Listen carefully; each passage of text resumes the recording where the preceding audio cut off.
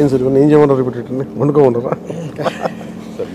It's amazing. ఇది మీరు పూలు కంటే కూడా ఇది ఇస్తే బెటర్ అని చెప్పారు. నిజంగా ఎవరికొకళ్ళకి ఇవ్వచ్చు, చాలా మందికి అనాథాశ్రమాలకి ఇవ్వచ్చు.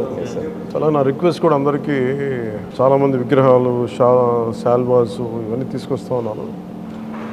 వచ్చేవారందరికి కూడా ఒకటి ఏదైనా తీసుకొస్తే టోకెన్స్ భవిష్యత్తులో మన సమీప భవిష్యత్తులో రాబోయే అన్నా క్యాంటీన్స్కి ఏదైనా మీరు కాంట్రిబ్యూషన్ లాగా ఏదైనా అలాంటి టోకెన్స్ అన్నా ఇవ్వండి. వాళ్ళు గివ్ టు గవర్నమెంట్, మన ప్రభుత్వానికి ఇద్దాం.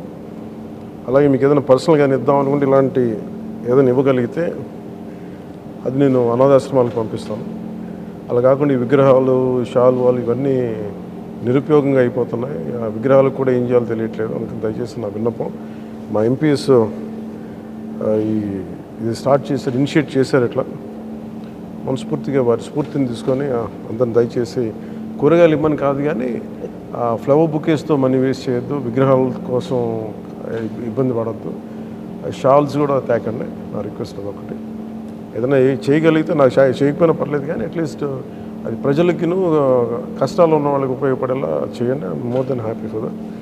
Thank you sir. Thank you very much.